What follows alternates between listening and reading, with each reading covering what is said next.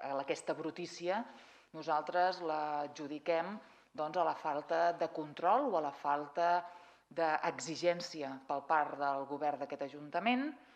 I sabeu que també en matèria de control de qualitat del servei, ara també fa pocs dies ens en vam assabentar que el company Jordi Colomer va guanyar el judici que FCC li va interposar per haver fiscalitzat i per haver fet una auditoria del servei que també oferia FCC a l'Ajuntament de Badalona i que l'ha portat en un periple de quasi 4 anys, però al final ha sortit absolt i el tindrem dimecres que ve a 2:15 de la tarda davant del Casal d'Espertaferro per explicar una mica la seva situació i sobretot per explicar-nos i per explicar a la ciutadania quins són els punts importants a l'hora de fiscalitzar un servei externalitzat i, en aquest cas, donat a una concessionària.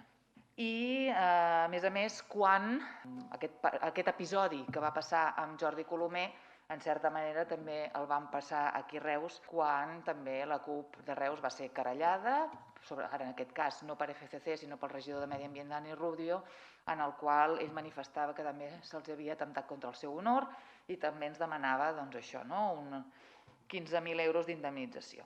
Aquest cas també està arxivat i, per tant, en aquesta similitud, i no només de Reus, Badalona, creiem que és prou important per saber més i més com es gestiona aquest servei.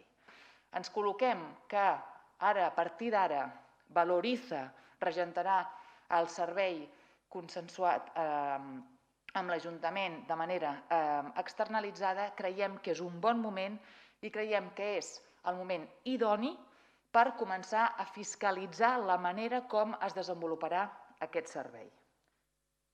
Des del minut zero i, a més, de manera transparent i de manera oberta. Perquè ara també ens remetem a l'informe, el darrer informe de la Sindicatura de Comptes, publicat aquesta setmana, el juliol, l'informe 9/2021 sobre el control municipal de les concessions dels serveis de neteja viària i de recollida de residus en municipis amb població de més de 20.000 habitants, un estudi que s'ha publicat ara en el qual s'estudiava durant l'any 2017 tots aquells municipis de més de 20.000 habitants que tenien el seu servei externalitzat. Podem dir que Reus no en queda gaire ben parada. És a dir, Reus és un dels municipis en els quals es critica molt la seva manera com s'ha desenvolupat el servei en matèria d'aquells punts que són crucials a l'hora de controlar aquest servei. I és aquí on nosaltres arribem al cap del carrer i on proposem 2 acords que creiem que són molt importants de cara a la moció que presentarem. En primer terme, un acord que és la de crear d'una vegada per totes una ordenança reguladora de la prestació del servei corresponent. Per què?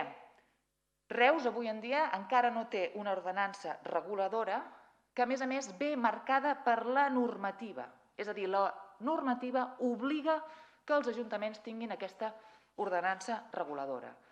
Aquesta ordenança reguladora ha de vetllar per una bona competència en el servei, quin abast té aquest servei, quin contingut, regularitat de la prestació, forma de finançament, modalitat de gestió, drets i deures de les usuàries i després tot el que regula en matèria d'inspecció i sanció.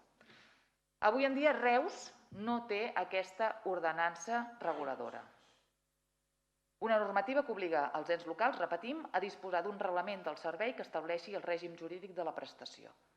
Per tant, un d'aquests acords que presentem en aquesta moció s'emmarca en aquesta ordenança reguladora. I després, un altre punt que creiem que és el més important és com organitzem dins dels ajuntaments el control de prestació del servei. Per normativa, també, segons la llei 9/2017 de 8 de novembre dels contractes del sector públic, tot ajuntament ha de tenir un òrgan de contractació on se li ha de designar un responsable del contracte. Aquest responsable del contracte o bé pot ser una persona física o bé una persona jurídica o bé una persona vinculada amb l'Ajuntament o bé aliena. Quina és la funció? La seva funció és supervisar l'execució del contracte, adoptar les decisions i dictar les instruccions necessàries amb la finalitat d'assegurar la correcta realització de la prestació, pactada dins de l'àmbit de facultats que aquest se li atribueixi. Quin és aquest aspecte clau? Doncs que assegurar la prestació d'un bon servei públic i l'existència d'una unitat municipal gestora i responsable del servei. Quan se li pregunta a Reus, en aquest estudi, si realment té o és propietària o exerceix de l'existència d'aquesta unitat municipal gestora i responsable, respon que sí. Respon que sí, però amb uns condicionants.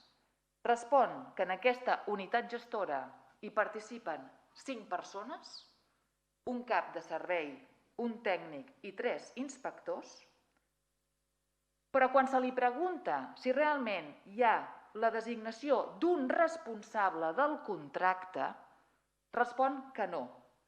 I a més, quan se li pregunta si hi ha algun interlocutor entre l'Ajuntament i l'empresa, també respon que no. 2 punts que estan valorats dins de l'article 52 de la llei del sector públic. Per tant, quan es pregunta si Reus té un responsable del contracte o una responsable del contracte, o bé una persona interlocutora, respon que no.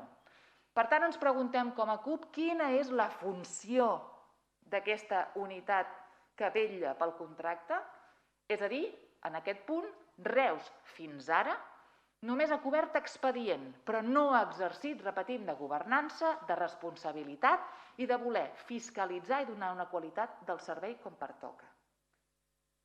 Per tant, en relació a aquest punt, el segon acord que nosaltres plantegem en aquesta moció i que és el més important és que demanem que es creï aquesta comissió de seguiment o d'unitat gestora municipal